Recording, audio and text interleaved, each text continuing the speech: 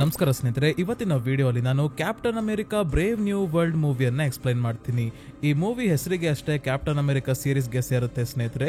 ಯಾಕಂದ್ರೆ ಈ ಮೂವಿ ಅರ್ಥ ಆಗ್ಬೇಕು ಅಂದ್ರೆ ನಾವು ನೋಡ್ಬೇಕಾಗಿರೋದು ಕ್ಯಾಪ್ಟನ್ ಅಮೆರಿಕಾ ಮೂವೀಸ್ ಅಲ್ಲ, ದ ಇನ್ಕ್ರೆಡಿಬಲ್ ಹಲ್ಕ್, ಎಟರ್ನಲ್ಸ್ ಮತ್ತೆ Falcon and the winter soldier ನ ನೋಡ್ಬೇಕು. ಈ ಮೂವೀಸ್ ಯಾವ್ದು ನೋಡಿಲ್ಲ ಅಂದ್ರೆ ಸ್ನೇಹಿತರೆ ತಲೆ ಕೆಡ್ಸ್ಕೋಬೇಡಿ. ಈ ವಿಡಿಯೋ ಅಲ್ಲಿ ಮೂವಿ ಎಕ್ಸ್ಪ್ಲೈನ್ ಮಾಡೋದ್ರ ಜೊತೆಗೆ ಈ ಮೂವೀಸ್ಗೆ ಮತ್ತೆ ಬೇರೆ MCU ಮೂವೀಸ್ಗೆಲ್ಲ ಯಾವ ರೀತಿ ಕನೆಕ್ಷನ್ ಇದೆ ಅಂತ ಡೀಟೇಲ್ ಆಗಿ ಹೇಳ್ತೀನಿ. ಮತ್ತೆ ಈ ಚಿತ್ರದ ಪೋಸ್ಟ್ ಕ್ರೆಡಿಟ್ ಸೀನ್ ನ ಕೂಡ ಎಕ್ಸ್ಪ್ಲೈನ್ ಮಾಡ್ತೀನಿ ಸ್ನೇಹಿತರೆ. ಹಾಗಾಗಿ ವಿಡಿಯೋನ ಮಿಸ್ ಮಾಡದೆ ಕೊನೆಯವರೆಗೂ ನೋಡಿ.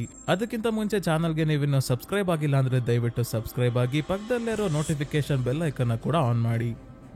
ಈ ಮೂವಿಯ ಸ್ಟಾರ್ಟಿಂಗ್ ಅಲ್ಲಿ ಮೊದಲು US ಆರ್ಮಿ ಜನರಲ್ ಆಗಿದ್ದ ಥ್ಯಾಡಿಯಸ್ ರಾಸ್ ಈಗ ಎಲೆಕ್ಷನ್ ಗೆದ್ದು US ನ ಪ್ರೆಸಿಡೆಂಟ್ ಆಗಿರೋದನ್ನ ತೋರಿಸ್ತಾರೆ. ಈ ಥ್ಯಾಡಿಯಸ್ ರಾಸ್ ಕ್ಯಾರೆಕ್ಟರ್ ನ ಹಿಂದಿನ MCU ಮೂವೀಸ್ ಅಲ್ಲಿ ಮಾಡ್ತಿದ್ದು ವಿಲಿಯಂ ಹರ್ಟ್ ಅವರು, ಆದ್ರೆ ಅವರು ಇನ್ನಿಲ್ಲ. ಹಾಗಾಗಿ ಇಂಡಿಯಾನಾ ಜೋನ್ಸ್ ಮತ್ತೆ ಬ್ಲೇಡ್ ರನ್ನರ್ ಮೂವೀಸ್ ಅಲ್ಲೆಲ್ಲ ಆಕ್ಟ್ ಮಾಡಿರೋ ಹ್ಯಾರಿಸನ್ ಫೋರ್ಡ್ ಅವರು ಈ ಪಾತ್ರ ನಿರ್ವಹಿಸ್ತಾ ಇದ್ದಾರೆ.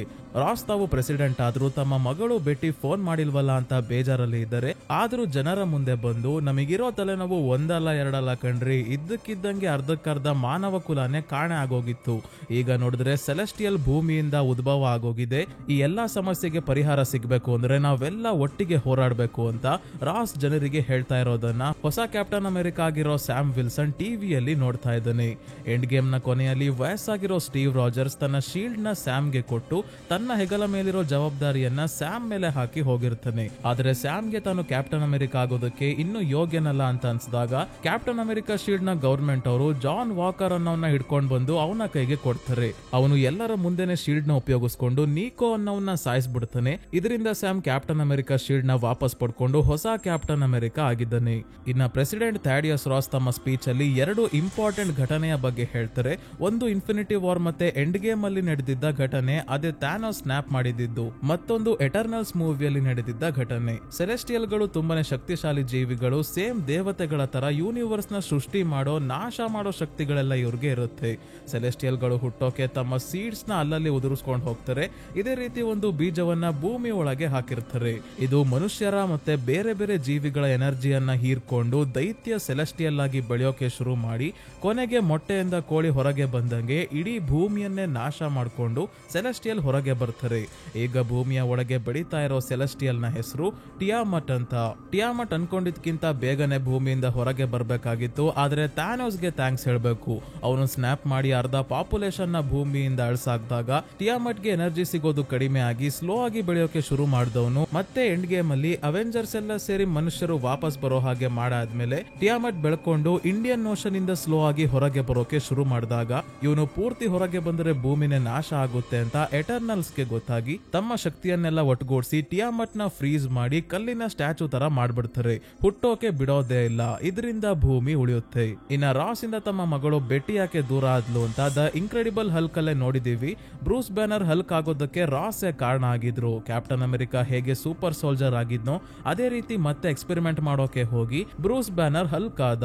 ಇವನನ್ನ ಮಿಲಿಟರಿ ಕೆಲಸಗಳಿಗೆ ಬಳಸ್ಕೊಳ್ಳೋಕೆ ಹಲ್ಕ್ ನೇ ಬೇಟೆ ಆಡೋಕೆ ಶುರು ಮಾಡ್ತಾರೆ. ಕೊನೆಗೆ ಅಬಾಮಿನೇಷನ್ ಮತ್ತೆ ಹಲ್ಕ್ ನ ನಡುವೆ ದೊಡ್ಡ ಫೈಟ್ ಆಗುತ್ತೆ. ಇದಕ್ಕೆಲ್ಲ ಕಾರಣ ಆಗಿದ್ದು ರಾಸ್. ಬ್ರೂಸ್ ಬ್ಯಾನರ್ ನ ಗರ್ಲ್ ಫ್ರೆಂಡ್ ಆಗಿದ್ದ ಬೆಟ್ಟಿಗೆ ಇದರಿಂದ ತುಂಬಾನೇ ಬೇಜಾರಾಗಿರುತ್ತೆ. ಸೊ ಕತೆ ಕಡೆ ಈಗ ವಾಪಸ್ ಬರೋಣ. ರಾಸ್ ಪ್ರೆಸಿಡೆಂಟ್ ಆಗಿ 5 ತಿಂಗಳ ನಂತರ ಜಪಾನ್ಗೆ ಸೇರಿದ ಒಂದು ಪ್ಯಾಕೇಜ್ ನ ಸರ್ಪೆಂಟ್ ಸೊಸೈಟಿ ಅವರು ಕತ್ಕೊಂಡ್ ಬಂದು ಒಬ್ಬ ವ್ಯಕ್ತಿಗೆ ಸೇಲ್ ಮಾಡೋಕೆ ಅಂತ ಮೆಕ್ಸಿಕೋಗೆ ಬಂದಿದ್ದಾರೆ. ಸರ್ಪೆಂಟ್ ಸೊಸೈಟಿ ಅಂದ್ರೆ ಸ್ನೇಕ್ ನ ರೀತಿ ಪವರ್ಸ್ ಇರುವಂತ ಸೂಪರ್ ವಿಲನ್ಸ್ ಗಳ ಗುಂಪು. ಹಣಕ್ಕೋಸ್ಕರ ಇವರು ಕ್ರೈಮ್ಸ್ ನ ಮಾಡ್ತಿರ್ತಾರೆ. ಈಗ್ಲೂ ಅಷ್ಟೇ ಇವರು ಪ್ಯಾಕೇಜ್ ನ ಕತ್ಕೊಂಡ್ ಬಂದಿದ್ದಾರೆ ಒಬ್ಬ ವ್ಯಕ್ತಿಗೆ ಮಾರೋಕೋಸ್ಕರ. ಈ ಗ್ರೂಪ್ ನ ಲೀಡರ್ ನ ಹೆಸರು ಸೈಡ್ ವೈಂಡರ್. ಇವರ ಹತ್ರ ಇರೋ ಪ್ಯಾಕೇಜ್ ನ ಸುರಕ್ಷಿತವಾಗಿ ತಗೊಂಡು ಬರೋಕೆ ಗವರ್ಮೆಂಟ್ ಅವರು ನೇವಿ ಸೀಲ್ಸ್ ನ ಕಳಿಸಿದರೆ ಪ್ರೆಸಿಡೆಂಟ್ ರಾಸ್ ಕ್ಯಾಪ್ಟನ್ ಅಮೆರಿಕಾನ ಕಳಿಸಿದ್ದಾರೆ. ಸ್ಯಾಮ್ ಇಲ್ಲಿಗೆ ಬಂದು ಲ್ಯಾಂಡ್ ಆಗ್ತಿದ್ದಂಗೆ ವಕಾಂಡ ಅವರು ಇವನಿಗೆ ಕೊಟ್ಟಿರೋ ವೈಬ್ರೇನಿಯಂ ಸೂಟ್ ಫುಲ್ ಚಾರ್ಜ್ ಆಗಿ ಆ ಎನರ್ಜಿಯನ್ನ ರಿಲೀಸ್ ಮಾಡ್ತಿದ್ದಂಗೆ ಇವನ ಸುತ್ತ ಇದ್ದವರೆಲ್ಲ ಶಾಕ್ ವೇವ್ ಇಂದ ಹಾರೋಗ್ತಾರೆ. ಬ್ಲಾಕ್ ಪ್ಯಾಂಥರ್ ಅಲ್ಲಿ ನೀವು ನೋಡಿರ್ತೀರಾ ಸ್ನೇಹಿತರೆ, ವೈಬ್ರೇನಿಯಂ ಸೂಟ್ ಎಷ್ಟು ಪವರ್ಫುಲ್ ಅಂತ. ಸರ್ಪೆಂಟ್ ಸೊಸೈಟಿ ಅವ್ರಿಗೆ ಇಲ್ಲಿ ಸ್ವಲ್ಪ ಸಮಸ್ಯೆ ಆಗಿದೆ. ಇವರು ಕಟ್ಕೊಂಡ್ ಬಂದಿರೋ ಪ್ಯಾಕೇಜ್ ನ ಕೊಂಡ್ಕೊಳ್ಳೋ ವ್ಯಕ್ತಿ ಇಲ್ಲಿಗೆ ಬಂದೇ ಇಲ್ಲ. ಇದ್ರ ಬಗ್ಗೆ ಅವರು ತಲೆ ಕೆಡ್ಸ್ಕೊಂಡಿದ್ದಾಗ್ಲೇ ಸ್ಯಾಮ್ ಸರ್ಪೆಂಟ್ ಸೊಸೈಟಿ ಅವ್ರನ್ನ ಹುಡುಕಿ ಹೊಡಿತಾ ಇದ್ದಾನೆ. ಆದ್ರೆ 3 ಜನ ಪ್ಯಾಕೇಜ್ ಎತ್ಕೊಂಡು ಎಸ್ಕೇಪ್ ಆದ್ರೆ ಸೈಡ್ ವೈಂಡರ್ ತನ್ನ ಸರ್ಪೆಂಟ್ ಸೊಸೈಟಿಯಲ್ಲಿ ಇರೋ ಕಾಪರ್ ಹೆಡ್ ನ ಸ್ಯಾಮ್ ಹತ್ರ ಬಿಟ್ಟು ಎಸ್ಕೇಪ್ ಆಗ್ತಾನೆ. ಸ್ಯಾಮ್ಗೆ ಸ್ನೇಹಿತರೆ ಯಾವುದೇ ರೀತಿ ಸೂಪರ್ ಹ್ಯೂಮನ್ ಸ್ಟ್ರೆಂತ್ ಏನೂ ಇಲ್ಲ. ಯಾಕಂದ್ರೆ ಸ್ಟೀವ್ ರಾಜರ್ಸ್ ತರ ಯಾವುದೇ ಸೂಪರ್ ಸೋಲ್ಜರ್ ಸೀರಮ್ ಇವನು ತಗೊಂಡಿಲ್ಲ. ಇವನು ಫೈಟಿಂಗ್ ಸ್ಕಿಲ್ಸ್ ಇರೋ ನಾರ್ಮಲ್ ಮನುಷ್ಯ ಅಷ್ಟೇ. ವೈಬ್ರೇನಿಯಂ ಸೂಟ್ ಇವನಿಗೆ ಫೈಟ್ ಮಾಡೋಕೆ ಹೆಲ್ಪ್ ಮಾಡ್ತಾ ಇದೆ. ಕಾಪರ್ ಹೆಡ್ ಕೈಯಲ್ಲಿ ಮೊದಲು ಇವನು ಹೊಡ್ಸ್ಕೊಂಡು ಆಮೇಲೆ ಸ್ಯಾಮೆ ಇವನ ಕೈ ಮುರಿದಾಕಿ ಮೂಲೆಗೆ ಕೂರಿಸ್ತಾನೆ. ಅದೇ ಇನ್ನೊಂದ್ ಕಡೆ ಸ್ಯಾಮ್ ನ ಫ್ರೆಂಡ್ ಏರ್ ಫೋರ್ಸ್ ಅಲ್ಲಿ ಇರೋ ಆಕಿನ್ ಟಾರೆಸ್ ಸ್ಯಾಮ್ ನ ಫ್ಯಾಲ್ಕನ್ ಸೂಟ್ ಹಾಕೊಂಡ್ ಬಂದು ಪ್ಯಾಕೇಜ್ ತಗೊಂಡು ತಪ್ಪಿಸ್ಕೊಂಡು ಹೋಗ್ತಿದ್ದವರ ಮೇಲೆ ದಾಳಿ ಮಾಡಿ ಪ್ಯಾಕೇಜ್ ನ ಸುರಕ್ಷಿತವಾಗಿ ತಗೊಂಡು ಹೋಗ್ತಾನೆ. ಎಲ್ಲ ಆದ್ಮೇಲೆ ನೇವಿ ಸೀಲ್ ಅವರು ಬರ್ತಾರೆ. ಈ ಸ್ಪೆಷಲ್ ಫೋರ್ಸ್ ಅಲ್ಲಿ ಇರೋ ಡೆನ್ನಿಸ್ ಕೂಡ ಸ್ಯಾಮ್ಗೆ ಒಳ್ಳೆ ಫ್ರೆಂಡ್. ಆಕಿನ್ಗೆ ಸ್ಯಾಮ್ ತರ ಫ್ಯಾಲ್ಕನ್ ಆಗ್ಬೇಕು ಅಂತ ತುಂಬಾನೇ ಆಸೆ ಇರೋದ್ರಿಂದ ಸ್ಯಾಮ್ ಇವನನ್ನ ಸ್ಟೀವ್ ರಾಜರ್ಸ್ ತರ ಇನ್ನೊಬ್ಬ ಸೂಪರ್ ಸೋಲ್ಜರ್ ಆದ ಐಸಾಯಾ ಬ್ರಾಡ್ಲಿ ಹತ್ರ ಕರ್ಕೊಂಡ್ ಬರ್ತಾನೆ. Falcon and the winter soldier series ಅಲ್ಲಿ ಇವರನ್ನ ನಾವು ನೋಡಿದೀವಿ ಸ್ನೇಹಿತರೆ. ಕ್ಯಾಪ್ಟನ್ ಅಮೆರಿಕಾ ತರನೇ ಸೂಪರ್ ಸೋಲ್ಜರ್ ಆಗಿದ್ದ ಇವರನ್ನ ಬಂಧಿಸಿ ಇಟ್ಕೊಂಡು 30 ವರ್ಷಗಳ ಕಾಲ ಇವರ ಮೇಲೆ ಎಕ್ಸ್ಪೆರಿಮೆಂಟ್ ಗಳನ್ನೆಲ್ಲ ಮಾಡ್ತಿರ್ತಾರೆ. ಇವರೇ ಆಕಿನ್ಗೆ ಸರಿಯಾಗಿ ಟ್ರೈನಿಂಗ್ ಕೊಡೋಕಾಗೋದು ಅಂತ ಸ್ಯಾಮ್ ಇಲ್ಲಿಗೆ ಬಂದಿದ್ದಾನೆ. ಇದೇ ಸಮಯಕ್ಕೆ ನಮಗೆ ಒಂದು ವಿಷಯ ಗೊತ್ತಾಗೋದೇನಂದ್ರೆ ಸ್ಯಾಮ್ ಮತ್ತೆ ಆಕಿನ್ ನ ವೈಟ್ ಹೌಸ್ ಅಲ್ಲಿ ನಡೀತಾ ಇರೋ ಒಂದು ದೊಡ್ಡ ಸಮಿಟ್ ಅಂದ್ರೆ ಸಭೆಗೆ ಪ್ರೆಸಿಡೆಂಟ್ ಕರೆದಿದ್ದಾರೆ. ಐಸಾಯಾಗೂ ಇನ್ವೈಟ್ ಮಾಡೋದಾದ್ರೆ ಮಾತ್ರ ನಾವು ಬರೋದು ಅಂತ ಸ್ಯಾಮ್ ಹೇಳಿದ್ರಿಂದ ಐಸಾಯಾನ ಕೂಡ ಪ್ರೆಸಿಡೆಂಟ್ ರಾಸ್ ಇನ್ವೈಟ್ ಮಾಡಿದ್ದಾರೆ. ರಾಸ್ ಮೊದಲು ಆರ್ಮಿಯಲ್ಲಿ ಇದ್ದಾಗಲೇ ಗವರ್ಮೆಂಟ್ ಅವರು ಐಸಾಯಾನ 30 ವರ್ಷ ಜೈಲಿಗೆ ಹಾಕಿ ಎಕ್ಸ್ಪೆರಿಮೆಂಟ್ ಎಲ್ಲ ಮಾಡಿದ್ದು. ಹಾಗಾಗಿ ಮೊದಲು ಇವರು ವೈಟ್ ಹೌಸ್ ಗೆ ಬರೋಕೆ ಒಪ್ಪಲ್ಲ. ಆದ್ರೆ ಸ್ಯಾಮ್ ಹೇಗೋ ಮಾಡಿ ಇವ್ರಿಗೆ ಕನ್ವಿನ್ಸ್ ಮಾಡಿ ಕೊನೆಗೂ ಸ್ಯಾಮ್, ಆಕಿನ್ ಮತ್ತೆ ಐಸಾಯಾ ವೈಟ್ ಹೌಸ್ ಅಲ್ಲಿ ನಡೀತಾ ಇರೋ ಸಮಿಟ್ ಗೆ ಬರ್ತಾರೆ. ಪ್ರೆಸಿಡೆಂಟ್ ಜೊತೆ ಇರೋ secret service agent Laila Sam ನ ಪ್ರೆಸಿಡೆಂಟ್ ಹತ್ರ ಕರ್ಕೊಂಡ್ ಬರ್ತಾಳೆ. ಇವಳು ಕೂಡ ಸ್ಯಾಮ್ ನ ಫ್ರೆಂಡ್. ಪರವಾಗಿಲ್ಲ, ಸ್ಯಾಮ್ ಎಲ್ಲಾ ಜಾಗದಲ್ಲೂ ತನ್ನ ಕಡೆ ಅವ್ರನ್ನ ಇಟ್ಕೊಂಡಿದ್ದಾನೆ. ಸ್ಯಾಮ್ ಆ ಪ್ಯಾಕೇಜ್ ನ ಸುರಕ್ಷಿತವಾಗಿ ತಗೊಂಡ್ ಬಂದಿರೋದಕ್ಕೆ ರಾಸ್ ತುಂಬಾನೇ ಖುಷಿಯಾಗಿದ್ದಾರೆ. ಮತ್ತೆ ಅವೆಂಜರ್ಸ್ ಟೀಮ್ ನ ಮತ್ತೆ ಕಟ್ಟೋಕೆ ಇವರು ಪ್ಲಾನ್ ಮಾಡ್ತಿದ್ದಾರೆ. ಅಲ್ಲ, ಇವನ್ ತಲೆ ಸರಿ ಇದೆಯಾ ಇಲ್ವಾ ಅಂತ ಸ್ಯಾಮ್ ನ ಮೈಂಡ್ ಅಲ್ಲೂ ಕೂಡ ಇದೇ ಪ್ರಶ್ನೆ ಓಡ್ತಾ ಇದೆ. ಕ್ಯಾಪ್ಟನ್ ಅಮೆರಿಕಾ ಸಿವಿಲ್ ವಾರ್ ನ ಟೈಮ್ ಅಲ್ಲಿ ಸೊಕೋವಿಯಾ ಅಕಾರ್ಡ್ಸ್ ನ ಪಾಸ್ ಮಾಡಿದ್ದೆ ಇವರು. ಅವೆಂಜರ್ಸ್ ಪ್ರೈವೇಟ್ ಆರ್ಗನೈಸೇಷನ್ ಆಗಿರೋದು ಬೇಡ, ಅವರನ್ನ ಗವರ್ಮೆಂಟ್ ಅವರು ಕಂಟ್ರೋಲ್ ಮಾಡಬೇಕು ಅಂತ. ಇದೇ ಕಾರಣಕ್ಕೆ ಅವೆಂಜರ್ಸ್ ಹೊಡೆದಾಡ್ಕೊಂಡು ಬೇರೆ ಬೇರೆ ಆಗಿದ್ದು. ಈಗ ಜಗತ್ತಿನ ಅರ್ಧ ಜನ ವಾಪಸ್ ಬರೋಕೆ ಅವೆಂಜರ್ಸ್ ಕಾರಣ ಆಗಿರೋದ್ರಿಂದ ಅವೆಂಜರ್ಸ್ ನ ಮತ್ತೆ ಶುರು ಮಾಡೋಕೆ ಸ್ಯಾಮ್ ನ ಸಹಾಯ ಕೇಳ್ತಾ ಇದ್ದಾರೆ. ಆದ್ರೆ ಸದ್ಯಕ್ಕೆ ಸ್ಯಾಮ್ ಏನು ಉತ್ತರ ಕೊಡಲ್ಲ. ಇಲ್ಲೇ ರಾಸ್ ಜಪಾನ್ ನ ಪ್ರೈಮ್ ಮಿನಿಸ್ಟರ್ ಒಜಾಕಿಯನ್ನ ಸ್ಯಾಮ್ಗೆ ಮೀಟ್ ಮಾಡಿಸ್ತಾರೆ. ಈ ಸಮಿಟ್ ಗೆ ತುಂಬಾನೇ ದೇಶದ ಪ್ರೆಸಿಡೆಂಟ್, ಪ್ರೈಮ್ ಮಿನಿಸ್ಟರ್ಸ್ ಎಲ್ಲ ಬಂದಿದ್ದಾರೆ. ನರೇಂದ್ರ ಮೋದಿ ಅವರ ತರ ಕಾಣೋ ಇಂಡಿಯನ್ ಪ್ರೈಮ್ ಮಿನಿಸ್ಟರ್ ಕೂಡ ಇಲ್ಲೇ ಇದ್ದಾರೆ. ಸೊ ರಾಸ್ ಈಗ ಈ ಸಮಿಟ್ ಯಾಕೆ ನಡೀತಾ ಇದೆ ಅನ್ನೋದ್ರ ಬಗ್ಗೆ ಹೇಳ್ತಾರೆ. ಇಂಡಿಯನ್ ಓಷನ್ ಅಲ್ಲಿ ಅತ್ಯಂತ ಅಮೂಲ್ಯವಾದ ವಸ್ತು ಒಂದು ಸಿಕ್ಕಿದೆ. ರಾಕಿ ಬಾಯ್ನ ಚಿನ್ನ ಅಲ್ಲ, ವೈಬ್ರೇನಿಯಂ ಗಿಂತ ತುಂಬಾನೇ ಶಕ್ತಿಶಾಲಿ ಮೆಟಲ್ ಅಡಮ್ಯಾಂಟಿಯಂ. ವೋಲ್ವರಿನ್ ನ ಸ್ಕೆಲಿಟನ್ ಕ್ಲಾಸ್ ಮತ್ತೆ ಡೆಡ್ಪೂಲ್ ನ ಕತ್ತಿ ಕೂಡ ಈ ಅಡಮ್ಯಾಂಟಿಯಂ ಇಂದಾನೆ ಮಾಡಿರೋದು. ಇಂಡಿಯನ್ ಓಷನ್ ಅಲ್ಲಿ ಇರೋ ಸೆಲೆಸ್ಟಿಯಲ್ ಟಿಯಾಮುತ್ ನ ದೇಹದಲ್ಲೂ ಇದೇ ಅಡಮ್ಯಾಂಟಿಯಂ ಸಿಕ್ಕಿದೆ. ಆ ಜಾಗ ನಮ್ ದೇಶಕ್ಕೆ ಸೇರ್ಬೇಕು ಅಂತ ಎಲ್ಲಾ ದೇಶದವರು ಅಲ್ಲಿಗೆ ನುಗ್ಗಿ ರಿಸರ್ಚ್ ಮಾಡೋಕೆ ಎಲ್ಲ ಶುರು ಮಾಡಿರೋದ್ರಿಂದ ಎಲ್ಲಾ ದೇಶದ ಪ್ರೆಸಿಡೆಂಟ್ ಮತ್ತೆ ಪ್ರೈಮ್ ಮಿನಿಸ್ಟರ್ ಎಲ್ಲ ಸೇರಿ ಈ ಸಮಿಟ್ ಅಲ್ಲಿ ಒಪ್ಪಂದ ಮಾಡ್ಕೊಂಡ್ರೆ ಅಡಮ್ಯಾಂಟಿಯಂ ನ ಎಲ್ಲಾ ದೇಶದವರು ಬಳಸ್ಕೊಂಡು ಅದರಿಂದ ಟೆಕ್ನಾಲಜಿ, ಮೆಡಿಕಲ್ ಫೀಲ್ಡ್ ಅಲ್ಲಿ ಮತ್ತೆ ಡಿಫೆನ್ಸ್ ಗೂ ಕೂಡ ಯೂಸ್ ಮಾಡ್ಕೋಬಹುದು. ಆ ಸೆಲೆಸ್ಟಿಯಲ್ ಇರೋ ಜಾಗವನ್ನ ಸ್ನೇಹಿತರೆ ಸೆಲೆಸ್ಟಿಯಲ್ ಐಲ್ಯಾಂಡ್ ಅಂತ ಕರೀತಾರೆ. ಅದು ಪ್ರಪಂಚದ ಎಲ್ಲಾ ದೇಶಗಳಿಗೂ ಸೇರಿದ್ದು. ನಾವೇ ಹೊಡೆದಾಡ್ಕೊಳ್ಳೋದು ಬೇಡ ಅಂತ ಹೇಳಿ ಈ ಒಪ್ಪಂದಕ್ಕೆ ಎಲ್ಲರನ್ನ ಕರೆದಿದ್ದಾರೆ ರಾಸ್. ಜಪಾನ್ ಅವರು ಎಕ್ಸ್ಟ್ರಾಕ್ಟ್ ಮಾಡಿದ್ದ ಸ್ವಲ್ಪ ಅಡಮ್ಯಾಂಟಿಯಂ ನ ಸರ್ಪೆಂಟ್ ಸೊಸೈಟಿ ಅವರು ಕತ್ಕೊಂಡು ಮೆಕ್ಸಿಕೋಗೆ ಬಂದಿದ್ರು. ಅದನ್ನೇ ಪ್ಯಾಕೇಜ್ ಅಂತ ಅವರು ಹೇಳ್ತಿದ್ರು. ಸ್ಯಾಮ್ ಮತ್ತೆ ಆಕಿನ್ ಇಬ್ರು ಸೇರಿ ಆ ಅಡಮ್ಯಾಂಟಿಯಂ ನ ಸುರಕ್ಷಿತವಾಗಿ ವಾಪಸ್ ತಗೊಂಡು ಬಂದಿದ್ದಾರೆ ಅಂತ ಇವರಿಬ್ಬರನ್ನ ಪ್ರೆಸಿಡೆಂಟ್ ರಾಸ್ ಹೊಗಳಬೇಕಾದ್ರೇನೆ ಮಿಸ್ಟರ್ ಬ್ಲೂ ಸಾಂಗ್ ಪ್ಲೇ ಆಗುತ್ತೆ. ಯಾರು ಪ್ಲೇ ಮಾಡಿದ್ರು ಅಂತ ಗೊತ್ತಿಲ್ಲ, ಆದ್ರೆ ಸಾಂಗ್ ಕೇಳಿಸ್ತಿದ್ದಂಗೆ ಐಸಾಯಾ ಮತ್ತೆ ಇನ್ನೊಂದಷ್ಟು ಜನ ಎದ್ದು ಪ್ರೆಸಿಡೆಂಟ್ ರಾಸ್ ಮತ್ತೆ ಬೇರೆಯವರ ಮೇಲೆಲ್ಲ ದಾಳಿ ಮಾಡೋಕೆ ಶುರು ಮಾಡ್ತಾರೆ. Secret service agent Laila president ನ ಇಲ್ಲಿಂದ ಕರ್ಕೊಂಡು ಹೋದ್ರೆ ಸ್ಯಾಮ್ ಐಸಾಯಾನ ತಡೆಯೋಕೆ ಹೋಗಿ ಇವನೇ ಹೊಡ್ಸ್ಕೊಂತಾನೆ. ಯಾಕಂದ್ರೆ ಐಸಾಯಾ ಕೂಡ ಒಬ್ರು ಸೂಪರ್ ಸೋಲ್ಜರ್. ಪ್ರೆಸಿಡೆಂಟ್ ನ ಸೆಕ್ಯೂರಿಟಿ ಅಡ್ವೈಸರ್ ರುತ್ ಅನ್ನೋಳು ಕೂಡ ಇಲ್ಲಿ ಫೈಟ್ ಮಾಡ್ಬೇಕಾದ್ರೆ ಐಸಾಯಾ ಸೆಕ್ಯೂರಿಟಿ ಮತ್ತೆ ಸ್ಪೆಷಲ್ ಫೋರ್ಸಸ್ ಅವರೆಲ್ಲ ಇಲ್ಲಿಗೆ ಬಂದ್ರು ಅಂತ ಕಿಟಕಿ ಗ್ಲಾಸ್ ನ ಹೊಡೆದಾಕಿ ವೈಟ್ ಹೌಸ್ ನ ಮೇಲಿಂದಾನೆ ಕೆಳಗೆ ಜಂಪ್ ಮಾಡಿ ಓಡ್ ಹೋಗ್ತಾರೆ. ಸ್ಯಾಮ್ಗೆ ಮೇಲಿಂದ ಜಂಪ್ ಮಾಡೋಕೆ ಆಗಲ್ಲ. ಮೆಟ್ಟಿಲುಗಳಿಂದ ಕೆಳಗೆ ಇಳಿದು ಐಸಾಯಾನ ಪಾರ್ಕ್ ವರ್ಗೂ ಎಲ್ಲರೂ ಫಾಲೋ ಮಾಡ್ಕೊಂಡು ಬಂದಾಗ ಐಸಾಯಾ ಇಲ್ಲೇನ್ ನಡೀತಿದೆ ಅಂತ ಸ್ಯಾಮ್ನೆ ಕೇಳ್ತಿದ್ದಾರೆ. ಅಂದ್ರೆ ಇಲ್ಲಿವರೆಗೂ ತಾವು ಏನ್ ಮಾಡಿದ್ರು ಅಂತ ಇವ್ರಿಗೇನೆ ಗೊತ್ತಿಲ್ಲ. ಏನಾಯ್ತು ಅನ್ನೋದನ್ನ ನಾವು ಆಮೇಲೆ ನೋಡೋಣ, ನೀವು ಓಡ್ ಹೋಗಿ ಇನ್ನಷ್ಟು ತೊಂದರೆಗೆ ಸಿಗಾಕೊಂತೀರಾ ಅಂತ ಸ್ಯಾಮ್ ಹೇಳಿದಾಗ ಐಸಾಯಾ ಇವನ ಮಾತಿಗೆ ಬೆಲೆ ಕೊಟ್ಟು ಸರೆಂಡರ್ ಆಗ್ತಾರೆ. ಮತ್ತೆ ಎಲ್ಲಿ ತಮ್ಮನ್ನ ಜೈಲಲ್ಲಿ ಇಟ್ಕೊಂಡು ಟಾರ್ಚರ್ ಕೊಡ್ತಾರೋ ಅಂತ ಭಯ ಇವರಿಗೆ. ಹಿಂದೆನೆ ಸ್ಯಾಮ್ ಪ್ರೆಸಿಡೆಂಟ್ ಹತ್ರ ಬಂದು ಈ ಕೆಲಸ ಐಸಾಯಾ ಮಾಡಿಲ್ಲ, ಅವ್ರನ್ನ ನೋಡಿದ್ರೆ ಅವ್ರನ್ನ ಯಾರೋ ಕಂಟ್ರೋಲ್ ಮಾಡ್ತಿರೋ ಹಾಗಿತ್ತು, ಏನಾಗಿದೆ ಅಂತ ನಾನು ಇನ್ವೆಸ್ಟಿಗೇಟ್ ಮಾಡ್ತೀನಿ ಎಂದಾಗ ರಾಸ್ ಇದಕ್ಕೆ ಒಪ್ಪಿಗೆ ಕೊಡಲ್ಲ. ತಮ್ಮ ಸೆಕ್ಯೂರಿಟಿ ಅಡ್ವೈಸರ್ ರುತ್ಗೆ ಈ ಇನ್ವೆಸ್ಟಿಗೇಷನ್ ನ ಮುಂದುವರ್ಸೋಕೆ ಹೇಳಿ ನೀನು ಈ ಸಿಚುವೇಶನ್ ಅಲ್ಲಿ ಇರೋದು ಸರಿಯಲ್ಲ, ನೀನು ಸ್ಟೀವ್ ರಾಜರ್ಸ್ ಅಲ್ಲ ಅಂತ ರಾಸ್ ಹೇಳಿದಾಗ ಕೋಪದಲ್ಲಿ ಇಲ್ಲಿಂದ ಹೊರಡ್ತಾನೆ ಸ್ಯಾಮ್. ಇವನು ಹೋದ್ಮೇಲೆ ಯಾರಿಗೂ ಕಾಣ್ದಂಗೆ ರಾಸ್ ಯಾವ್ದೋ ಮಾತ್ರೆ ತಗೊಂತಾ ಇದ್ದಾರೆ. ಅವಾಗವಾಗ ಈ ಮಾತ್ರೆನ ತಗೊಂತಾನೆ ಇರ್ತಾರೆ. ಏನಿದು ಅಂತ ಮುಂದೆ ನೋಡೋಣ. ಸ್ಯಾಮ್ ಜೈಲಲ್ಲಿ ಇರೋ ಐಸಾಯನ್ನ ಮೀಟ್ ಮಾಡಿದಾಗ ನಡೆದಿರೋ ಘಟನೆ ಬಗ್ಗೆ ಇವ್ರಿಗೂ ಏನು ನೆನಪಿಲ್ಲ. ವೈಟ್ ಹೌಸ್ ಅಲ್ಲಿ ಕೂತಿದ್ದವರು ಹೊರಗೆ ಪಾರ್ಕ್ಗೆ ಬಂದ ಮೇಲೆನೆ ಇವ್ರಿಗೆ ಪ್ರಜ್ಞೆ ಬರೋದು. ನಾನು ಇದೇ ಜೈಲಲ್ಲೇ ಸಾಯ್ತೀನೇನೋ ಅಂತ ಹೇಳ್ಕೊಂಡು ಐಸಾಯ ಅಳ್ಬೇಕಾದ್ರೆ ಏನಾದ್ರೂ ಮಾಡಿ ನಾನು ನಿಮ್ಮನ್ನ ಹೊರಗೆ ಕರ್ಕೊಂಡ್ ಬಂದೇ ಬರ್ತೀನಿ ಅಂತಾನೆ ಸ್ಯಾಮ್. ಇನ್ನೊಂದ್ ಕಡೆ ಆಕಿನ್ ವೈಟ್ ಹೌಸ್ ನ ಸಿಸಿಟಿವಿ ಫುಟೇಜ್ ನ ಪದೇ ಪದೇ ನೋಡಿದಾಗ ಐಸಾಯ ಅವರ ಫೋನ್ ಇವರ ಮುಖದ ಮೇಲೆ ಬೆಳಕು ಫ್ಲಾಶ್ ಮಾಡ್ತಾ ಇದೆ. ಇದೇ ರೀತಿ ಪ್ರೆಸಿಡೆಂಟ್ ಮೇಲೆ ದಾಳಿ ಮಾಡಿದ ಬೇರೆಯವರ ಫೋನ್ ಕೂಡ ಫ್ಲಾಶ್ ಮಾಡ್ತಿರೋದನ್ನ ನೋಡಿ ಈ ವಿಷಯ ಸ್ಯಾಮ್ಗೂ ಕೂಡ ಹೇಳಿದಾಗ ಮೋಸ್ಟ್ಲಿ ಯಾರೋ ಅವರ ಮೈಂಡ್ ಕಂಟ್ರೋಲ್ ಮಾಡಿ ಪ್ರೆಸಿಡೆಂಟ್ ರಾಸ್ ಮೇಲೆ ದಾಳಿ ಮಾಡೋ ಹಾಗೆ ಮಾಡಿದ್ದಾರೆ ಅಂತ ಗೊತ್ತಾಯ್ತು. ಇದೇ ವಿಷಯವನ್ನ ರೂತ್ ಕೂಡ ಸಿಸಿಟಿವಿ ಫುಟೇಜ್ ನೋಡಿ ತಿಳ್ಕೊಂತಾಳೆ. ಐಸಾಯ ಅವ್ರನ್ನ ಯಾರು ಕಂಟ್ರೋಲ್ ಮಾಡಿರ್ಬೋದು, ನಾವು 3 ಜನ ವೈಟ್ ಹೌಸ್ ಗೆ ಹೋಗ್ತೀವಿ ಅಂತ ಹೇಗ್ ಗೊತ್ತಾಯ್ತು? ಸರ್ಪೆಂಟ್ ಸೊಸೈಟಿ ಅವರಿಂದ ಅಡಮ್ಯಾಂಟಿಯಂ ಕೊಂಡ್ಕೊಳ್ಳೋಕೆ ಬರ್ತಿದ್ದ ವ್ಯಕ್ತಿ ಏನಾದ್ರೂ ಇದನ್ನೆಲ್ಲ ಪ್ಲಾನ್ ಮಾಡಿದನ ಅಂತ ಫೋನ್ ಅಲ್ಲಿ ಸ್ಯಾಮ್ ಆಕಿನ್ಗೆ ಹೇಳಿ ಕಾರಲ್ಲಿ ಹೋಗ್ಬೇಕಾದ್ರೆ serpent ಸೊಸೈಟಿಯ leader side winder Sam ಮೇಲೆ ದಾಳಿ ಮಾಡಿ ಇವನ ಕಾರ್ ಬ್ಲಾಸ್ಟ್ ಮಾಡ್ತಾನೆ. ಹೇಗೋ ಸ್ಯಾಮ್ ತಪ್ಪಿಸ್ಕೊಂಡು ಸೈಡ್ ವೈಂಡರ್ ಜೊತೆ ಫೈಟ್ ಮಾಡೋಕೆ ಬಂದಾಗ ಸೈಡ್ ವೈಂಡರ್ 2 ಕಡೆ ಸ್ಯಾಮ್ಗೆ ಚಾಕು ಹಾಕ್ತಾನೆ. ನಂತರ ಸ್ಯಾಮ್ ಮೇಲೆ ಇವನು ಫೈರ್ ಮಾಡೋಕೆ ಶುರು ಮಾಡಿದಾಗ ಸ್ಯಾಮ್ ಕಾರ್ಗಳ ಹತ್ರ ಬಚ್ಚಿಡ್ಕೊಂಡಿದ್ದಾನೆ. ಸೈಡ್ ವೈಂಡರ್ ಹೇಳ್ತಾನೆ ಅಡಮ್ಯಾಂಟಿಯಂ ತಗೊಳ್ಳೋಕೆ ಆ ವ್ಯಕ್ತಿ ಬರ್ಲಿಲ್ಲ, ಆದ್ರೆ ನಿನ್ನನ್ನ ಕೊಲ್ಲೋಕೆ ಡಬಲ್ ದುಡ್ಡು ಕೊಡ್ತೀನಿ ಅಂತ ಹೇಳಿದ್ದಾನೆ.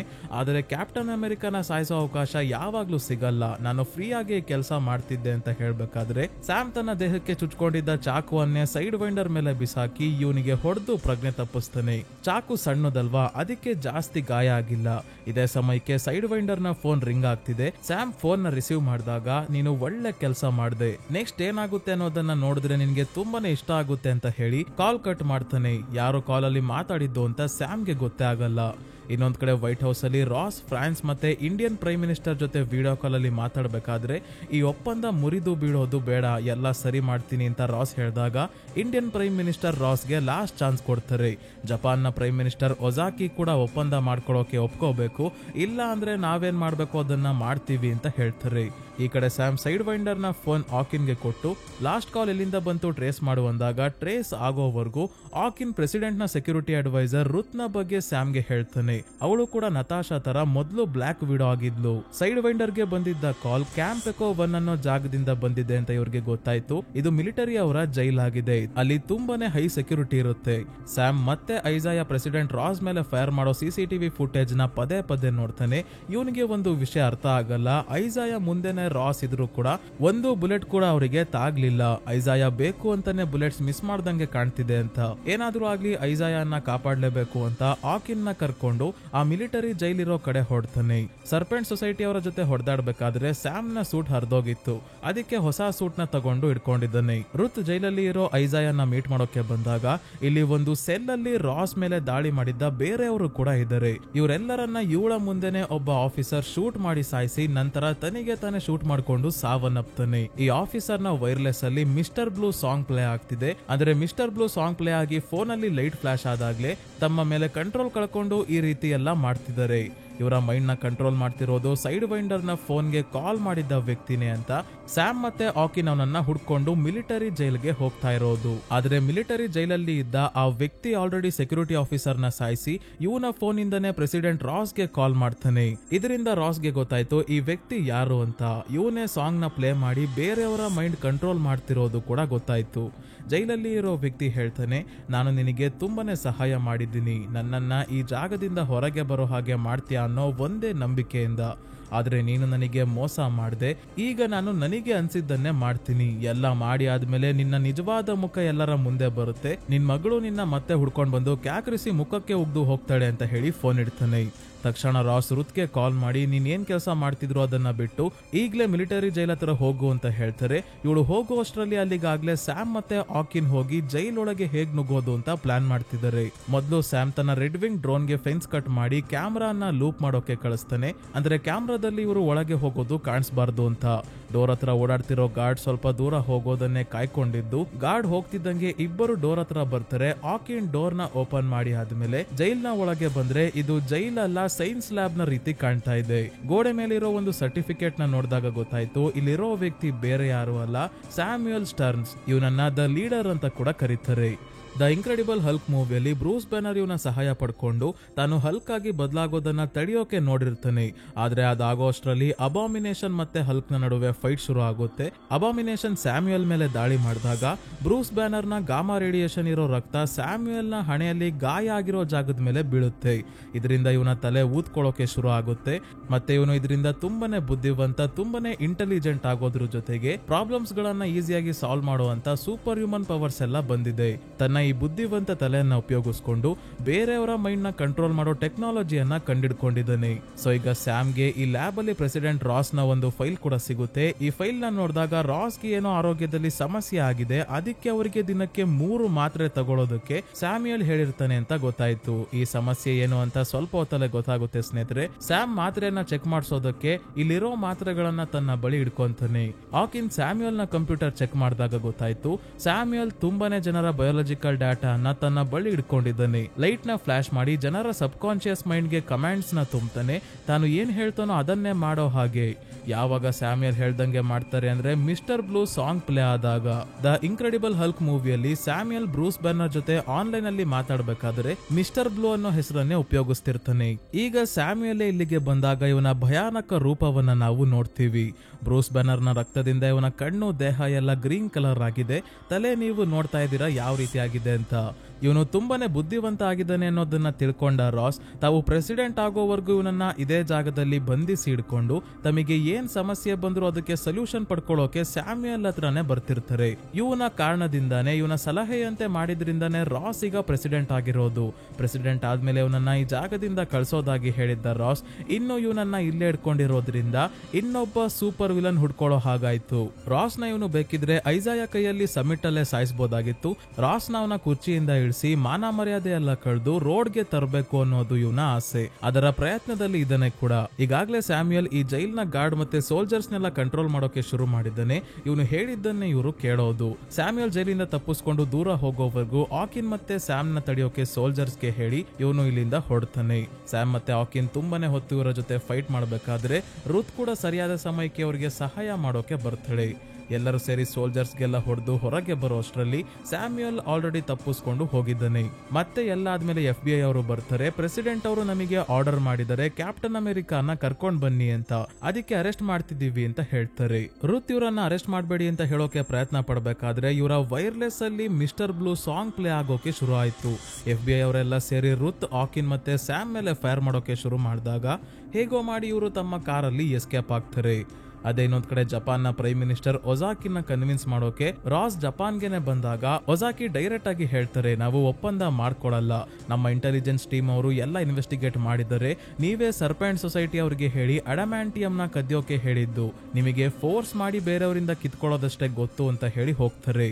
ಇದರಿಂದ ರಾಸ್ಗೆ ತುಂಬಾನೇ ಕೋಪ ಬರ್ತಾ ಇದೆ. ಬರ್ಲಿ ಅಂತಾನೆ ಸ್ಯಾಮ್ಯುಯಲ್ ಈ ಪ್ಲಾನ್ ಕೂಡ ಮಾಡಿರೋದು. ಸ್ಯಾಮ್ಯುಯಲ್ ಕಳ್ತನ ಮಾಡಿಸಿ ಅಮೆರಿಕ ಗವರ್ಮೆಂಟ್ ಮೇಲೆ ಬರೋ ಹಾಗೆ ಮಾಡಿ ಜಪಾನ್ ಮತ್ತೆ ಅಮೆರಿಕ ನಡುವೆ ಮನಸ್ತಾಪ, ದ್ವೇಷ ಶುರು ಆಗೋ ಹಾಗೆ ಮಾಡಿದ್ದಾನೆ. ರಾಸ್ US ಗೆ ವಾಪಸ್ ಬಂದಾದ್ಮೇಲೆ ಮುಂದೆ ಏನ್ ಮಾಡೋದು ಅಂತ ಸಕ್ಕ ತಲೆ ಕೆಡಿಸ್ಕೊಂಡಿದ್ದಾಗ ರಾಸ್ಗೆ ಗೊತ್ತಾಯ್ತು ಜಪಾನ್ ಅವರು ಆರ್ಮಿನ ಕರ್ಕೊಂಡು ಇಂಡಿಯನ್ ಓಷನ್ ಕಡೆ ನುಗ್ತಾ ಇದ್ದಾರೆ, ಸೆಲೆಸ್ಟಿಯಲ್ ಐಲ್ಯಾಂಡ್ ನ ತಮ್ಮ ವಶ ಪಡಿಸ್ಕೊಳ್ಳೋಕೋಸ್ಕರ. ಹೀಗೆ ಆದ್ರೆ ಫ್ರಾನ್ಸ್ ಅವರು ಮತ್ತೆ ಇಂಡಿಯಾದವರು ಸುಮ್ನೆ ಕುತ್ಕೊಳ್ಳಲ್ಲ, ಅಡಮ್ಯಾಂಟಿಯಂ ಯಾವ್ದಾದ್ರು ಒಂದು ದೇಶಕ್ಕೆ ಸೇರ್ಬೇಕು ಅಂದ್ರೆ ನಮಗೆ ಸೇರ್ಬೇಕು ಅಂತ ಹೇಳಿ ರಾಸ್ ತಕ್ಷಣ ಆರ್ಮಿ ಅವರಿಗೆ ಬೈಕೋ ಕಾರೋ ತೆಗಿಯೋಕೆ ಹೇಳ್ದಂಗೆ ನೇವಿ ಶಿಪ್ ನ ತೆಗಿಯೋಕೆ ಹೇಳ್ತಾರೆ. ಸೀಕ್ರೆಟ್ ಸರ್ವಿಸ್ ಏಜೆಂಟ್ ಲೇಲಾ ಇವ್ರಿಗೆ ವಾರ್ನ್ ಮಾಡ್ತಾಳೆ, ಈ ರೀತಿ ಮಾಡೋದ್ರಿಂದ ಯುದ್ಧ ಶುರು ಆಗುತ್ತೆ ಅಂತ.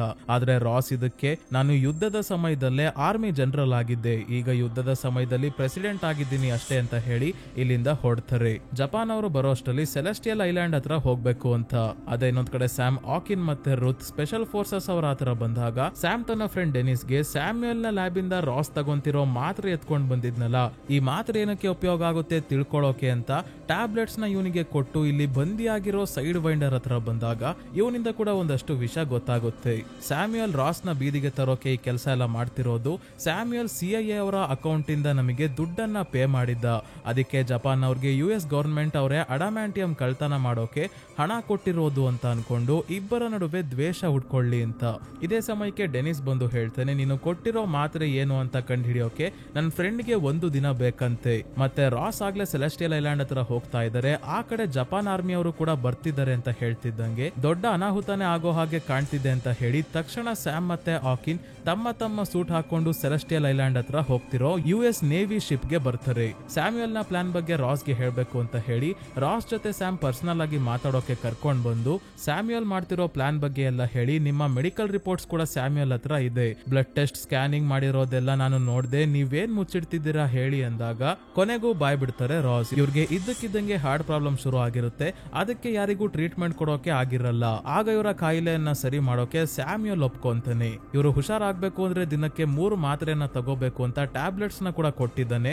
ಪ್ರೆಸಿಡೆಂಟ್ ಆದ್ಮೇಲೆ ಸ್ಯಾಮ್ಯುಯಲ್ ನ ಜೈಲಿಂದ ಬಿಡುಗಡೆ ಮಾಡೋದಾಗಿ ರಾಸ್ ಹೇಳಿದ್ರು ಕೂಡ ಹೊರಗೆ ಹೋದ್ಮೇಲೆ ಅವನು ಟ್ಯಾಬ್ಲೆಟ್ಸ್ ಕೊಡೋದನ್ನ ನಿಲ್ಸಿದ್ರೆ ಏನ್ ಕತೆ ಅಂತ ಹೆದರ್ಕೊಂಡು ಅವನನ್ನ ಇಲ್ಲಿವರೆಗೂ ಜೈಲಲ್ಲೇ ಇಟ್ಕೊಂಡಿದ್ರು ರಾಸ್. ಈ ಯುದ್ಧ ಆಗ್ಲಿ ಅನ್ನೋದೇ ಸ್ಯಾಮ್ಯುಯಲ್ ನ ಪ್ಲಾನ್ ಆಗಿತ್ತು. ಅವನ ಪ್ಲಾನ್ ಪ್ರಕಾರನೇ ನಾವು ನಡ್ಕೊಂತಾ ಇದೀವಿ, ನಾವು ಹಿಂದಿರುಗ್ಬೇಕು ಅಂತ ಸ್ಯಾಮ್ ಹೇಳಿದಾಗ ರಾಸ್ ಸಿಚುವೇಶನ್ ಅರ್ಥ ಮಾಡ್ಕೊಂತಾರೆ. ಆದ್ರೆ ಲೇಟ್ ಆಗೋಗಿದೆ. ಮಿಸ್ಟರ್ ಬ್ಲೂ ಸಾಂಗ್ ನ ಸಹಾಯದಿಂದ US ಏರ್ ಫೋರ್ಸ್ ನ 2 ಫೈಟರ್ ಜೆಟ್ ಅಲ್ಲಿ ಇರೋ ಪೈಲಟ್ಸ್ ನ ಸ್ಯಾಮ್ಯುಯಲ್ ಕಂಟ್ರೋಲ್ ಮಾಡೋಕೆ ಶುರು ಮಾಡಿ ಜಪಾನ್ ಅವರ ಶಿಪ್ ಮೇಲೆ ದಾಳಿ ಮಾಡಿಸ್ತಿದ್ದಾನೆ. ಇದರಿಂದ ಅಮೆರಿಕಾದವರು ಯುದ್ಧ ಶುರು ಮಾಡ್ತಿದ್ದಾರೆ ಅಂತ ಜಪಾನ್ ಅವರು ಕೂಡ ದಾಳಿ ಮಾಡೋಕೆ ರೆಡಿ ಆಗ್ತಿದ್ದಾರೆ. ತಕ್ಷಣ 2 ಜೆಟ್ ನ ತಡೆಯೋಕೆ ಸ್ಯಾಮ್ ಮತ್ತೆ ಆಕಿನ್ ಹೊರಟಾಗ ಆಲ್ರೆಡಿ ಜಾಪನೀಸ್ ಅವರು US ಶಿಪ್ ಗಳ ಮೇಲೆ ಮಿಸೈಲ್ಸ್ ಲಾಂಚ್ ಮಾಡ್ತಾರೆ. ಆ ಮಿಸೈಲ್ಸ್ ನ ತಡೆಯೋಕೆ US ಅವರು ಕೂಡ ಮಿಸೈಲ್ಸ್ ನ ಲಾಂಚ್ ಮಾಡ್ತಾರೆ. ಸ್ಯಾಮ್ ಮತ್ತೆ ಆಕಿನ್ ಗೆ ಯಾವ ಕಡೆ ಹೋಗ್ಬೇಕು ಅಂತ ಕೈ ಕಾಲಾಡ್ತಿಲ್ಲ. US ಏರ್ ಫೋರ್ಸ್ ಪೈಲಟ್ಸ್ ನ ತಡೆಯೋದಾ, ಜಪಾನ್ ಮಿಸೈಲ್ಸ್ ನ ತಡೆಯೋದಾ, ಇಲ್ಲ ಈಗಾಗ್ಲೇ ಜಪಾನ್ ಏರ್ ಫೋರ್ಸ್ ಅವರು ಕೂಡ ಬಂದಿದ್ದಾರೆ ಅವರನ್ನ ತಡೆಯೋದಾ ಅಂತ ಇವ್ರಿಗೆ ಗೊತ್ತಾಗ್ತಿಲ್ಲ.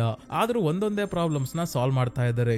ರಾಸ್ ಜಪಾನ್ ನ ಪ್ರೈಮ್ ಮಿನಿಸ್ಟರ್ ಒಜಾಕಿಗೆ ಕಾಂಟ್ಯಾಕ್ಟ್ ಮಾಡಿ, ನಮ್ಮ ಇಬ್ಬರು ಪೈಲಟ್ಸ್ ನಮ್ಮ ಮಾತು ಕೇಳ್ತಿಲ್ಲ, ಕ್ಯಾಪ್ಟನ್ ಅಮೆರಿಕಾ ಮತ್ತೆ ಫ್ಯಾಲ್ಕನ್ ಅವರನ್ನ ತಡೆಯೋಕೆ ನೋಡ್ತಾ ಇದ್ದಾರೆ ಅಂದಾಗ ಮತ್ತೆ ಅವರಿಗೆ ಆರ್ಡರ್ಸ್ ಯಾರು ಕೊಡ್ತಿರೋದು ಹೇಳಿ ಅಂತಾರೆ ಒಜಾಕಿ. ಸ್ಯಾಮ್ಯುಯಲ್ ನ ಹೆಸರು ಇವರು ಹೇಳೋಕ್ಕಾಗಲ್ಲ, ಇವರ ಪರ್ಸನಲ್ ವಿಷಯ ಪಬ್ಲಿಕ್ ಆಗುತ್ತೆ ಅಂತ.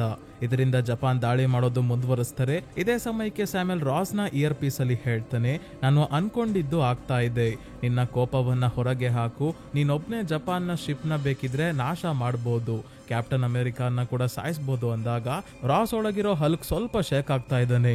ಅದೇ ಹೊರಗೆ ಮಿನಿ ಯುದ್ಧನೇ ನಡೀತಾ ಇದೆ. ಸ್ಯಾಮ್ ಹೇಗೋ ಮಾಡಿ ಒಂದು ಫೈಟರ್ ಜೆಟ್ ನ ರೆಕ್ಕೆಯನ್ನ ತನ್ನ ರೆಕ್ಕೆಯಿಂದ ಕಟ್ ಮಾಡಿ ಒಬ್ಬ ಪೈಲಟ್ ನ ಕಾಪಾಡ್ತಾನೆ. ಇನ್ನೊಬ್ಬನನ್ನ ತಡೆಯೋಕೆ ನೋಡ್ತಿದ್ದಾರೆ. ಆದ್ರೆ ಜಪಾನ್ ನ ಫೈಟರ್ ಜೆಟ್ ಗಳು ಇವರ ಹಿಂದೆನೆ ಬಿದ್ದಿದ್ದಾವೆ. US ನ ಇನ್ನೊಬ್ಬ ಫೈಟರ್ ಜೆಟ್ ಪೈಲಟ್ ಮತ್ತೆ ಜಪಾನ್ ಅವರ ಮೇಲೆ ಮಿಸೈಲ್ಸ್ ಲಾಂಚ್ ಮಾಡಿದಾಗ ಸ್ಯಾಮ್ ಒಂದಷ್ಟು ಮಿಸೈಲ್ಸ್ ನ ತಡಿತಾನೆ. ಆಕಿನ್ ಒಂದು ಮಿಸೈಲ್ ನ ಬ್ಲಾಸ್ಟ್ ಮಾಡೋಕೆ ತುಂಬಾನೇ ಹತ್ರ ಹೋಗಿ ಬ್ಲಾಸ್ಟ್ ಮಾಡ್ಬಿಡ್ತಾನೆ. ಇದರಿಂದ ಇವನು ತುಂಬಾನೇ ಗಾಯಗೊಂಡು ನೀರಿನ ಒಳಗೆ ಬೀಳ್ತಾನೆ. ಆ ಫೈಟರ್ ಜೆಟ್ ನ ಪೈಲಟ್ ಜೆಟ್ ನೇ ತಗೊಂಡು ಹೋಗಿ ಜಪಾನ್ ನ ಶಿಪ್ ಮೇಲೆ ಕ್ರಾಶ್ ಮಾಡೋಕೆ ನೋಡಿದಾಗ ಸ್ಯಾಮ್ ಮೊದಲು ಜೆಟ್ ನ ವಿಂಡ್ ಶೀಲ್ಡ್ ಹೊಡೆದಾಕಿ ಪೈಲಟ್ ಸೀಟ್ ನ ಎಜೆಕ್ಟ್ ಮಾಡಿ ಜೆಟ್ ನ ತನ್ನ ಕಂಟ್ರೋಲ್ ಗೆ ತಗೊಂಡು ನೀರಲ್ಲಿ ಕ್ರಾಶ್ ಮಾಡ್ತಾನೆ. ಇದರಿಂದ ಜಪಾನ್ ಅವ್ರಿಗೆ ಗೊತ್ತಾಯ್ತು ರಾಸ್ ಹೇಳಿದ್ದು ನಿಜ, ಕ್ಯಾಪ್ಟನ್ ಅಮೆರಿಕಾ ನಮಗೆ ಹೆಲ್ಪ್ ಮಾಡ್ತಿದ್ದಾನೆ ಅಂತ. ಹಾಗಾಗಿ ತಮ್ಮ ಆರ್ಮಿನ ಒಜಾಕಿ ವಾಪಸ್ ಕರ್ಸ್ಕೊಂತಾರೆ. ಅದೇ ರಾಸ್ ಕೋಪದಲ್ಲಿ ಆಗ್ಲೇ ತಮ್ಮ ಕೈಯಿಂದಾನೆ ಮೆಟಲ್ ಪೈಪ್ ನ ಬೆಂಡ್ ಮಾಡ್ತಾ ಇದ್ದಾರೆ. ಇನ್ನೇನು ಇಲ್ಲೇ ಹಲ್ಕ್ ಆಗ್ಬಿಡ್ತಾರೇನೋ ಅನ್ನೋ ಅಷ್ಟರಲ್ಲಿ ಲೇಲಾ ಬಂದು ಎಲ್ಲಾ ಸಿಚುವೇಶನ್ ಕಂಟ್ರೋಲ್ ಗೆ ಬಂತು ಅಂತ ಹೇಳಿದಾಗ ರಾಸ್ ಸಮಾಧಾನ ಆಗ್ತಾರೆ. ತನ್ನ ಪ್ಲಾನ್ ಫೇಲ್ ಆಯ್ತಲ್ಲ ಅಂತ ಸ್ಯಾಮ್ಯುಯಲ್ ಕಿರ್ಚಾಡ್ತಾ ಇದ್ದಾನೆ. ಸೊ ಈಗ ಆಕಿನ್ ನ ಹಾಸ್ಪಿಟಲ್ ಗೆ ಕರ್ಕೊಂಡು ಬಂದಿದ್ದಾರೆ. ಇವನ ಸಿಚುವೇಶನ್ ಕ್ರಿಟಿಕಲ್ ಆಗಿದೆ. ಇವನನ್ನ ನೋಡಿ ಸ್ಯಾಮ್ ಬೇಜಾರ್ ಮಾಡ್ಕೊಂಡು ನಿಂತಿದ್ದಾಗ ಇಲ್ಲಿಗೆ ಬಕಿ ಬಾರ್ನ್ಸ್ ಬರ್ತಾನೆ. ಬಕಿ ಮೆಂಬರ್ ಆಫ್ ಕಾಂಗ್ರೆಸ್ ಆಗೋಕೆ ನೋಡ್ತಾ ಇದ್ದಾನೆ, ಅಂದ್ರೆ ಪಾಲಿಟಿಕ್ಸ್ ಗೆ ಎಂಟರ್ ಆಗ್ತಿದ್ದಾನೆ. ಥಂಡರ್ ಬೋಲ್ಟ್ಸ್ ಟ್ರೈಲರ್ ನೋಡಿದ್ರೆ ನಿಮ್ಗೆ ಗೊತ್ತಿರುತ್ತೆ, ಆ ಮೂವಿಯಲ್ಲಿ ಬಕಿ ಮೆಂಬರ್ ಆಫ್ ಕಾಂಗ್ರೆಸ್ ಆಗಿರೋ ಹಾಗೆ ಕಾಣ್ತಿದ್ದಾನೆ. ಅದಕ್ಕೆ ಇವನ ಕ್ಯಾರೆಕ್ಟರ್ ಗೆ ಇಲ್ಲೇ ಪೀಠಕ್ಕೆ ಆಗ್ತಾ ಇದ್ದಾರೆ. ಸ್ಯಾಮ್ ಬಕಿಗೆ, ನಾನು ಕೂಡ ಸ್ಟೀವ್ ರಾಜರ್ಸ್ ಮತ್ತೆ ನಿನ್ನ ರೀತಿ ಸೂಪರ್ ಸೋಲ್ಜರ್ ಸೀರಮ್ ತಗೋಬೇಕಾಗಿತ್ತು, ಇಲ್ಲಿ ಬರ್ತಾ ಇರೋ ತೊಂದರೆಗಳನ್ನ ನನ್ನ ಕೈಯಲ್ಲಿ ತಡೆಯೋಕಾಗಲ್ವೇನೋ ಅನಿಸ್ತಿದೆ ಅಂದಾಗ ಸೂಪರ್ ಸೋಲ್ಜರ್ ಆಗಿದ್ದ ಸ್ಟೀವ್ ರಾಜರ್ಸ್ ಕೂಡ ತುಂಬಾನೇ ಜನರನ್ನ ಕಾಪಾಡೋಕೆ ಆಗ್ಲಿಲ್ಲ. ನೀನಾಗಿದ್ಯಾ ಅಂತಾನೆ ಸ್ಟೀವ್ ಈ ಜವಾಬ್ದಾರಿಯನ್ನ ನಿನಗೆ ಕೊಟ್ಟಿರೋದು ಅಂತ ಹೇಳಿ ಹೋಗ್ತಾನೆ ಬಕಿ. ಇನ್ನೊಂದು ಕಡೆ ಸ್ಯಾಮ್ ನ ಫ್ರೆಂಡ್ ಡೆನಿಸ್ ಗೆ ಆ ಮಾತ್ರೆ ಬಗ್ಗೆ ಗೊತ್ತಾಯ್ತು. ಮಾತ್ರೆಗಳಲ್ಲಿ ಗಾಮಾ ರೇಡಿಯೇಷನ್ ತುಂಬಿ ತುಳುಕ್ತಾ ಇದೆ, ರಕ್ತದ ಒಳಗೆ ರೇಡಿಯೇಷನ್ ಹೋಗೋ ಹಾಗೇನೆ ಅದನ್ನ ಇಂಜಿನಿಯರ್ ಮಾಡಿದ್ದಾರೆ ಅಂತ. ಅಂದ್ರೆ ಹಾರ್ಟ್ ಪ್ರಾಬ್ಲಮ್ ಗೆ ಸ್ಯಾಮ್ಯುಯಲ್ ಮಾತ್ರೆ ಕೊಡ್ತಿರ್ಲಿಲ್ಲ, ಬ್ರೂಸ್ ಬ್ಯಾನರ್ ತರ ಹಲ್ಕ್ ಆಗೋ ಹಾಗೆ ಮಾತ್ರೆಗಳನ್ನ ಕೊಡ್ತಿರ್ತಾನೆ. ಈ ವಿಷಯ ಸ್ಯಾಮ್ ಗೆ ಡೆನಿಸ್ ತಿಳಿಸೋ ಅಷ್ಟರಲ್ಲಿ ಸ್ಯಾಮ್ಯುಯಲ್ ಡೆನಿಸ್ ನ ಸೌಂಡ್ ವೇವ್ಸ್ ಇಂದಾನೆ ಸಾಯಿಸ್ಬಿಡ್ತಾನೆ. ಇನ್ನ ಪ್ರೆಸಿಡೆಂಟ್ ರಾಸ್ ಪ್ರೆಸ್ ಮೀಟ್ ಗೆ ಹೊರಟಿದ್ದಾರೆ. ಅದಕ್ಕಿಂತ ಮುಂಚೆ ತಮ್ಮ ಮಗಳಿಗೆ ಕಾಲ್ ಮಾಡಿದಾಗ ಬೆಟಿ ಕಾಲ್ ರಿಸೀವ್ ಮಾಡ್ತಾಳೆ. ನಾನು ಈಗ ತುಂಬಾನೇ ಬದಲಾಗಿದ್ದೀನಿ, ಮೊದ್ಲಿನ ತರ ಇಲ್ಲ, ಯಾವತ್ತಾದ್ರೂ ನಾವಿಬ್ರು ಮೊದ್ಲು ಹೋಗ್ತಿದ್ವಲ್ಲ ಅದೇ ರೀತಿ ಜೊತೆಯಲ್ಲಿ ವಾಕ್ ಗೆ ಹೋಗೋಣ ಅಂದಾಗ ಬೆಟಿ ಆಯ್ತು ಅಂತ ಹೇಳ್ತಾಳೆ. ಇದೇ ಖುಷಿಯಲ್ಲಿ ರಾಸ್ ಪ್ರೆಸ್ ಮೀಟ್ ಗೆ ಬಂದು ಹೇಳ್ತಾ ಇದ್ದಾರೆ, ಈಗ ಏನು ಸಮಸ್ಯೆ ಇಲ್ಲ, ಎಲ್ಲಾ ದೇಶದವರು ಒಪ್ಪಂದಕ್ಕೆ ಒಪ್ಕೊಂಡು ಸೈನ್ ಮಾಡ್ತಾರೆ, ಅಡಮ್ಯಾಂಟಿಯಂ ಎಲ್ಲರಿಗೂ ಸೇರಿದ್ದು ಅಂತ. ಇಲ್ಲೇ ಹತ್ತಿರದಲ್ಲಿ ಕೂತಿದ್ದ ಸ್ಯಾಮ್ ಹತ್ರ ಡೈರೆಕ್ಟ್ ಆಗಿ ಸ್ಯಾಮ್ಯುಯಲ್ ಬರ್ತಾನೆ.